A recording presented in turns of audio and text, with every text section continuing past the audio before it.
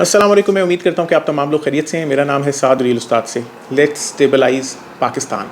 इस वीडियो को शुरू करने से पहले आप हमारे चैनल को सब्सक्राइब कर लें। वीडियो पसंद आए तो इसे लाइक करिएगा और भी लोगों के साथ शेयर करिएगा।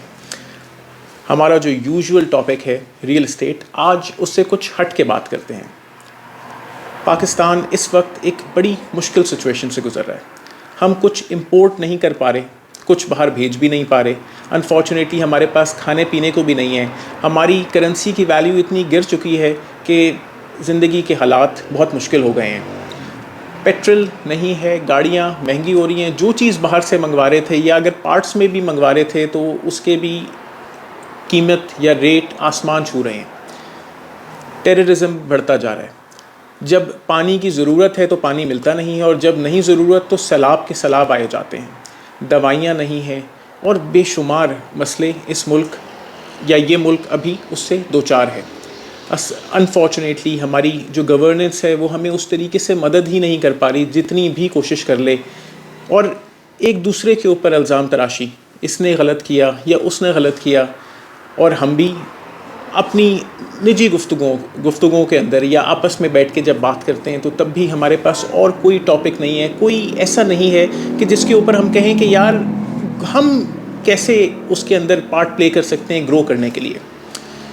द फॉरेन एनिमीज़, अगर मैं बाहरी दुश्मन की बात करूं, वो दुश्मन जो पाकिस्तान से बाहर है वो कभी हमें पानी के लिए तरसाता है, वो कभी कहता है कि इंडस वाटर ट्रीटी के ऊपर आओ बात कर लेते हैं, वो कभी इलाकों के ऊपर तरसाता है, कभी बॉर्डर के ऊपर, किसी भी बॉर्डर से, हर एतराफ़ से, कभी पानी से, कभी लैंड से हमें परेशानी का सामना करना पड़ता है। कोई ऐसे दुश्मन जो दूर बैठे हुए हैं वो भी हमें परेशान करते हैं।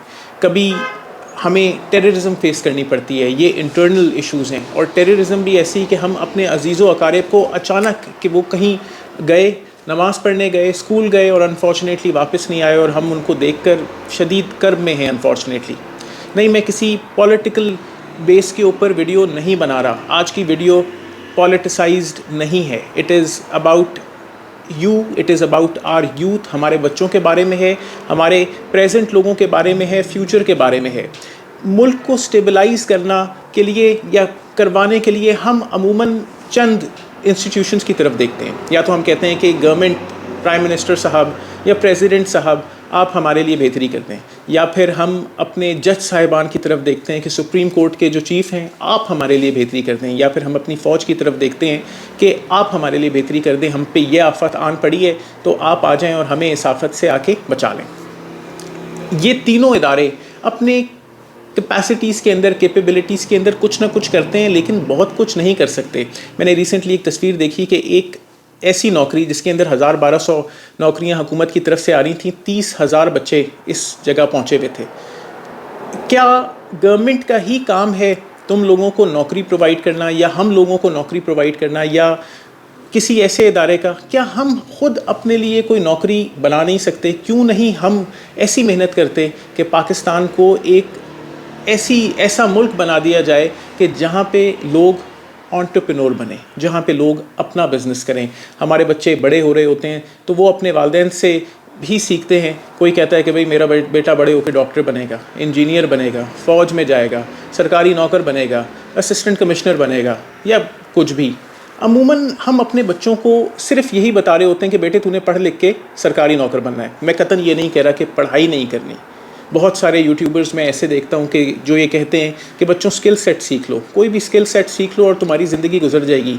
नहीं, स्किल सेट को बेचने के लिए इल्म बहुत ज़्यादा ज़रूरी है। तो आते हैं मेन टॉपिक की तरफ इस वीडियो के। Let's stabilise Pakistan. हम जानते हैं कि हम प्रॉब्लम से घिरे हुए हैं, लेकिन इस प्रॉब्लम का सलूशन भी अब हमने ख़ुद ही ढूंढना है। हुकूमत की तरफ या जज साहिबान की तरफ या फिर फ़ौज की तरफ नहीं देखना, क्योंकि अगर हम अपनी मदद करेंगे तो हाँ, पाकिस्तान स्टेबल हो सकता है। Luck favours the brave. इस वीडियो को एंड पे करते हुए या बिल्कुल आखिर की बात करते हुए मैं लोगों को ये कहना चाहता हूँ कि भाई, जब अपने बच्चों को बड़ा करो, या तुम खुद भी अगर नौकरी पेशा हो तो कोशिश ये करो कि पढ़ लिख कर बिज़नेस की तरफ आओ। कोई भी बिज़नेस छोटा नहीं है। ऐसा नहीं है कि तुम अगर फ्रूट की डीलिंग करने के लिए आ जाओगे तो तुम कोई रेडी वाले बन जाओगे या कमज़ोर हो जाओगे। नहीं, अगर रेडी से भी शुरू करोगे, अगर इल्म होगा तो उस रेडी को दुकान में तब्दील कर सकोगे।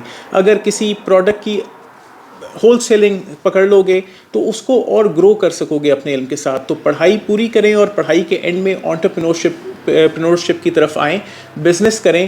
ہر وہ انڈیویجول گورنمنٹ کے اوپر بوجھ نہ بنے, کیونکہ یہ گورنمنٹ انفارچونیٹلی آپ کو پال ہی نہیں سکتی. یہ نہیں دے سکتی آپ کو 1 کروڑ نوکریاں 1 سال کے اندر اندر یا 5 سال کے اندر اندر یا فار دیٹ میٹر 10 سال کے اندر اندر. یہ 1 کروڑ انڈیویجولس کو اکوموڈیٹ کر ہی نہیں سکتی, جبکہ ہمارے پاس یوتھ اس سے بہت زیادہ ہے. تو اپنے بچوں کو بزنس کی طرف لے کر آئیں, ان کو پڑھائیں لکھائیں اور پھر ان سے بزنس کروائیں اور ان کو بزنس کی طرف فروغ دیں. بہت سارے لوگ اپنی نوکریاں چھوڑ کے بزنس کے اندر آتے ہیں, اور بزنس بھی ٹرو اینڈ فیئر ویلیوز کے اوپر اللہ رب العزت کے دیے گئے پرنسپلس کے اوپر کرائیں. اگر ان پرنسپلس کے اوپر بزنس کریں گے تو بزنس 2-3 سال کی تو بات نہیں ہے. ہاں 9 سے 10 سال کے اندر آپ ایک اسٹیبلشڈ انڈیویجول ہوں گے, ایک ایسے انڈیویجول ہوں گے جو پاکستان کی حکومت کو ٹیکس دے سکے گا اپنی نارمل خرید و فروخت کے اندر, یا پھر جو نارمل انکم ٹیکس ہو سکتا ہے, اور اس سے حکومت کے اوپر بھی بوجھ کم ہوگا. کیوں نہ آپ جوتے بنائیں, کیوں نہ آپ اینکوں کے فریمز بنائیں, کیوں نہ آپ کینچیاں بنائیں, کیوں نہ آپ سوئیاں بنائیں, کیوں نہ آپ گلاس بنائیں, کیوں نہ آپ پیپر بنائیں, کیوں نہ آپ کتابیں بنائیں, کیوں نہ آپ پین بنائیں. کچھ بھی بنانے کے اندر ڈال دو, اور اگر اس کو بنانے کی استطاعت نہیں ہے تو اس کی ٹریڈنگ کے اندر آ جاؤ.